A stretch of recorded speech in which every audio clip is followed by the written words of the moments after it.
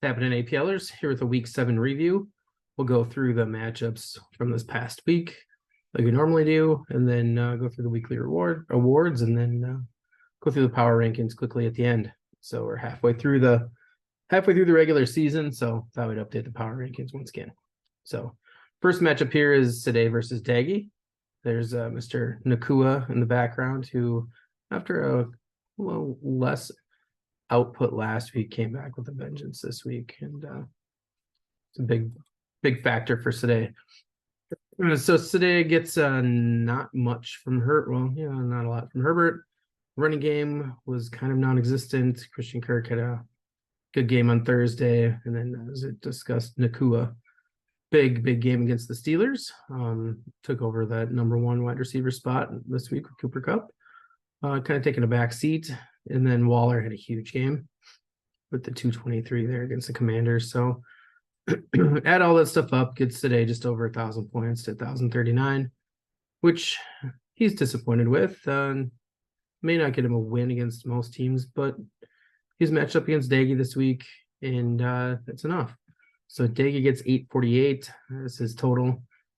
Really not a lot to write home about here other than the big Jordan Addison game on Monday night. Making Daggy happy, both fueling a Vikings win and maybe some trade bait there to add to the pick hopper for next year. Pitts had another decent game with the 97 points there against the Bucks. He had a big catch on the game-winning drive there for the Falcons, where it looked like the Bucks defender kind of like tried to jump the route and didn't jump it, and Pitts took off and ran after a little run after the catch there for a nice game. The rest of the stuff is just all right from Daggy. Rolled with Jordan Mason there. Got the 0 with McCaffrey playing.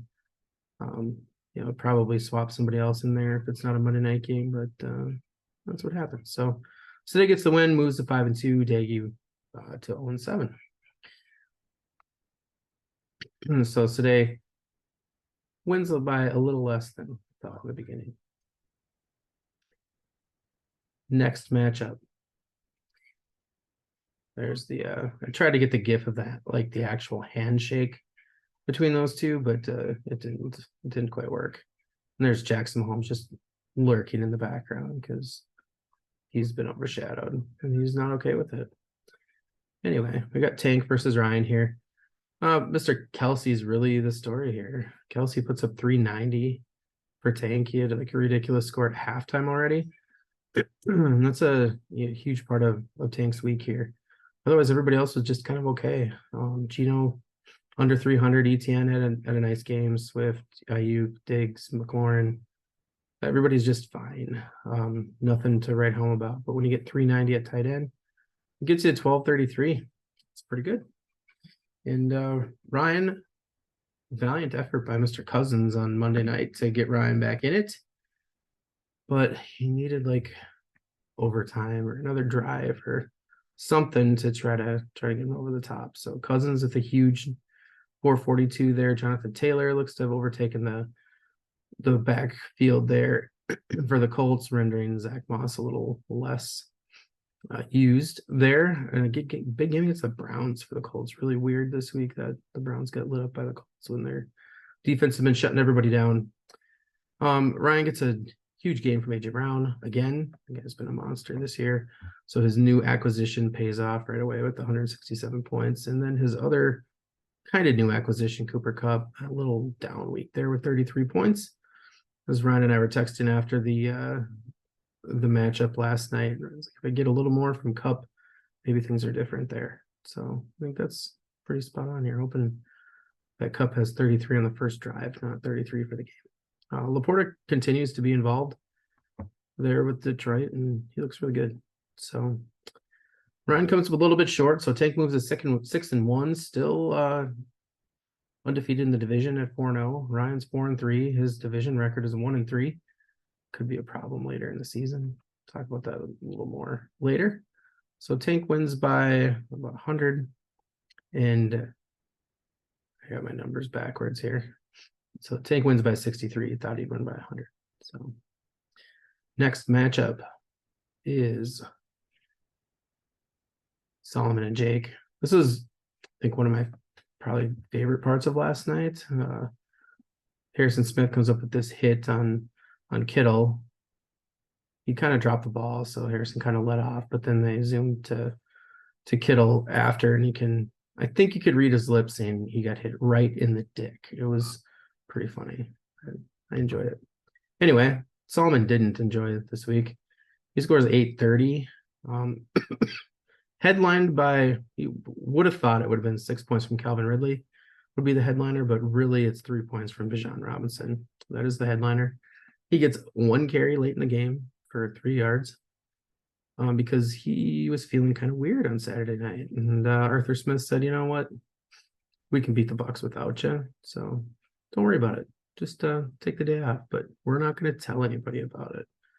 So NFL is not too happy about that. Fantasy owners definitely aren't happy about that. I've been told that the Testify Fantasy headquarters of the Americas has filed a lawsuit against the Falcons with this due to this infraction on Sunday. So, aside from that, Christian Watson, I think got hurt a little bit, but you're really hoping for more than 30 points against the Broncos there. Saquon was fine. And Hawkinson in a huge game last night. Caught tons of passes, looked good, but someone only gets 830. Tough to do when 2 of your, combined 3 of your starters for 39 points. It's not a winning formula. Jake gets enough to get the win. Similar to this today matchup here. Jake gets enough. Pickens, Pittman, and Kittle. Pittman got loose on a little touchdown scamper where he kind of stuck behind the defense after a hit. Kind of rolled off of it and ran in for the touchdown. Kittle had a big game. I mean, everybody probably watched it last night. And Jake survives the bye week gauntlet here and also survives a little uncertainty with CMC and gets a win. So Jake moves to 4-3. Solomon drops to 2-5. I've been told the newly minted analytics team at the start of the season has been fired again. So I don't know if Solomon's just riding, by himself, or if he's got a new analytics team, or if there's like a couple people that were his favorite or whatever, but he's not impressed with the performance and changes have been made. So we'll be looking for that improvement in the future. So I thought Solomon would win this one. There's some uncertainty with Jake's running back situation there, but that didn't happen. Jake wins by 173. So yeah, I got my actuals and my predictions here mixed up on most of these slides. So all right, so me versus Greg is the next matchup here. This is my new dude, Mark Andrews, who had a decent game. Greg gets some big stuff this week from his Hurts and Goddard combo on Sunday night. Goddard was involved early and often. Hurts looked great, throwing the ball all over the place, running when he needed to. And then Gus Edwards gets a 165er from Greg too against the Lions. And I had was watching the Sunday ticket, was glued to the Lions and Ravens game because it was a big one for a matchup here with Greg. And network, it was on like Fox or something, and they cut away because it was like 35-0. So I go to find it on the Sunday ticket channel, and I see that Andrew scored a touchdown. I was like, oh, cool. Must have got some yards along the way. Like, nope, it was an 80-yard reception from Gus Edwards. What? That guy doesn't even catch the ball ever. But he did this week at a 165. It was good. Good performance there on Greg's bye week gauntlet. He got us decent fill-ins at the running back spot. And he's probably less impressed with his wide receiver spot. And then Brett Maher, who is like, I don't know, like third or fourth best kicker and in points total points for us this year. He misses like 2 long field goals here and then gets cut by the Rams. So Kirk will be moving on to find a new kicker. On my side, I started the run quarterback. Last week I should have started Tua and started Allen. This week I should have started Allen and I started Tua. Gibbs, it was like all him in the second half. It was Gibbs and Amon-Ra pretty much the whole second half for the Lions as they were playing catch up there. Gibbs looked really good. They did a nice like sweep to the left there where they blocked the hell out of it and he just like zipped through. Looked really good. Kenneth Walker, actually like a disappointment, 113 against the Cardinals after Kyron had crushed him last week. Keenan Allen didn't do much. He got bottled up by McDuffie and Snead. Quite a bit by the Chiefs, and then Tyreek was fine. 120 there, had a nice touchdown. He looks good all the time. And Amonra caught like 11 passes. He was kind of like everything was 7 or 8 yards, but it works. Mark Andrews is like, I think it's more points than all I had in the first 6 weeks total at tight end, so he's great. I didn't fill in my kicker here. It was Jason Myers, who got 79 points and whatever. So 12-19 is we come out at, so thought I'd win by around 300 and ended up winning by 128. So last matchup of the week here is it's all about Mr. Mahomes. So Corey took on Ross. Corey gets 555 from Mahomes. Like almost half of his points for the week there for Mahomes. Ford has a 70-yard touchdown or 69-yard touchdown, like right away the first drive of the game, and then not much from there on. He got hurt too. Evans was good again. Ingram was fine. Nothing at kicker. So, the 1134 is just really, it's all number 15. And that's why Corey drafted him, where he did. Ross gets a big 484 from Lamar. He's been kind of around the 300 mark for most of the season. Otherwise, it's not a lot of fun stuff there, unless you throw in a 167 from AJ Brown and you throw in a 170 from Mark Andrews, and then guess what? Ross wins this week, where he said that there's no way he's beating Corey. There was a way. You just don't trade your team away, and then you win. So if that would have happened, Ross would be 3-4, Corey would be 3-4. Ross would have the head-to-head win, and he'd be in second place in the division. Instead, he's in third at 2-5, tied with Greg and Solomon, while Corey's 4-3.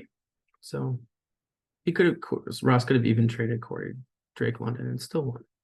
But if anybody's interested in how this will play out, you don't need to track it yourself. I'll take care of it. We'll talk about it most weeks. I've also been told Jerry Jeudy will be dropped soon. We've been told that for like a month, and he's still on the team. So 69 points this week, I guess, isn't bad, but he's not good. So Corey won by 125. Thought he won by 222. So weekly top scorers here. Mahomes for the second week in a row is the top scoring quarterback. 555 is it's a big number. Highest total for the week so far. Gus Edwards gets the highest running back total with the lowest point total for running back so far this year. Same for Jordan Addison. 170 was the lowest at wide receiver, and then Kelsey puts up the biggest tight end game of the year so far at 390. So some of the low scores and the top score is going to be due to the bye weeks with 6 teams on bye. So low score here, quarterback Tua was the lowest scoring quarterback of the week.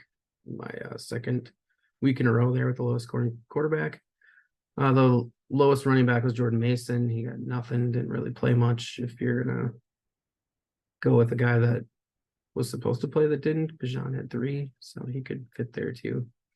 Wide receivers, Ridley at 6, and then tight end is Michael Mayer at 28.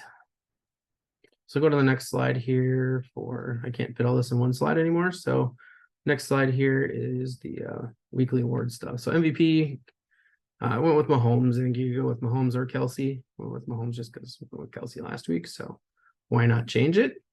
Rodder of the week, the much discussed both here and in the national media, Bijan Robinson goes for the Rodder of the week for 3. It may not be him himself. It may be more the Falcons not alerting us to what's going on. No shit. I didn't think that would work. Is Gus Edwards. I don't know if Greg really had any other options. He just performed really well for what you're expecting Gus Edwards to do each week. That was a big number. So we'll go there. The wouldn't have done that. We'll give that to the fire sale for Ross. I would not have done that early. Kind of would have maybe saw how things went for a few weeks before you did all that. But nice work, Daggy, on the being the fuel behind the fire there. They should have started. There wasn't anything that anybody that lost, if they would have started, somebody would have propelled them to the win. So we'll go with Kamara he had like 160 some points there, and would have been almost 100-point increase on the DeAndre Swift total, but wouldn't have mattered either way. So the would have been good at Shamrock Award goes to Ryan. Ryan had the 3rd highest point total for the week, and obviously played Tank, who had the 1st highest point total. So tough luck there to come out with the loss. Quick look at the standings here. Over in Jake's division, Tank is 6-1. Division record is perfect so far. Today is 5-2, so he's game back, 1 game back in the division. I believe that loss is probably 2 Tank. And then Jake and Ryan tied there at the 3-4 spot in record. Jake has the head-to-head win and the better divisional record there. So the next matchup between those two guys is going to be huge to see how that tie could potentially be broken down the line. Daggy 0-7, nothing in the division either. So yeah. In Greg's division, we got the 6-1 record, couple game lead over Corey. Corey's looking good, 2-game lead there in the 2 spot, looking comfortable for a playoff spot. And then Kevin, Greg, and Solomon, all 2-5, locked up for that 3-4-5 spot there right now. The 3-way tie goes 2 points, and that would be Kevin for now. So a lot of football left to see how that one plays out. Who's going to get into the playoffs in Greg's division. So matchups this week, Sade versus Jake. It's a fairly big matchup on that side.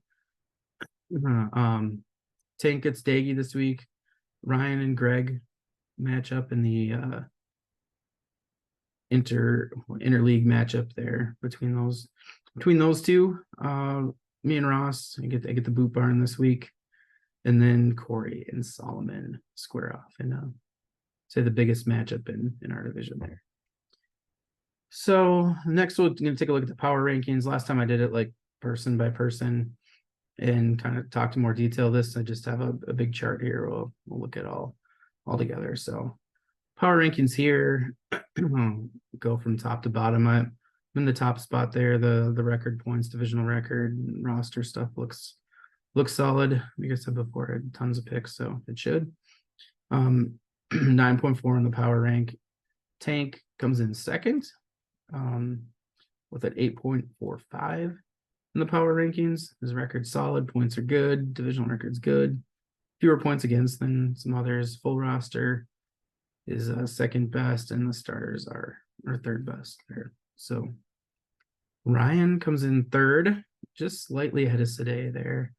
So a little, the record and the points a little worse than Sade.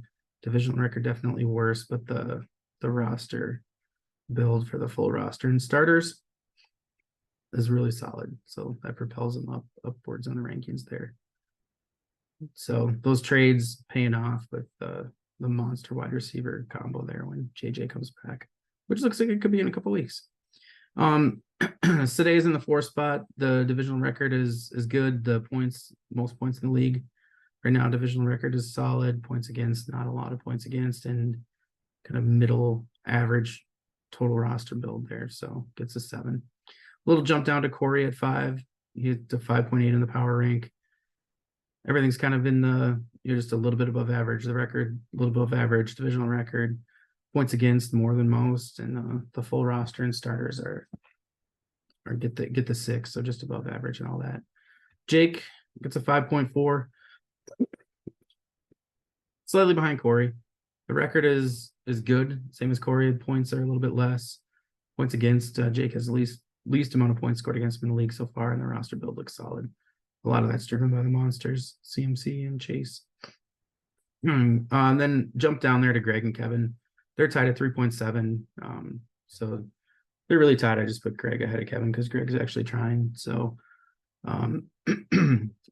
roster or the records are the same. Kevin has more points than Greg. Kevin has more points against. He has the most points against, scored against him in the league.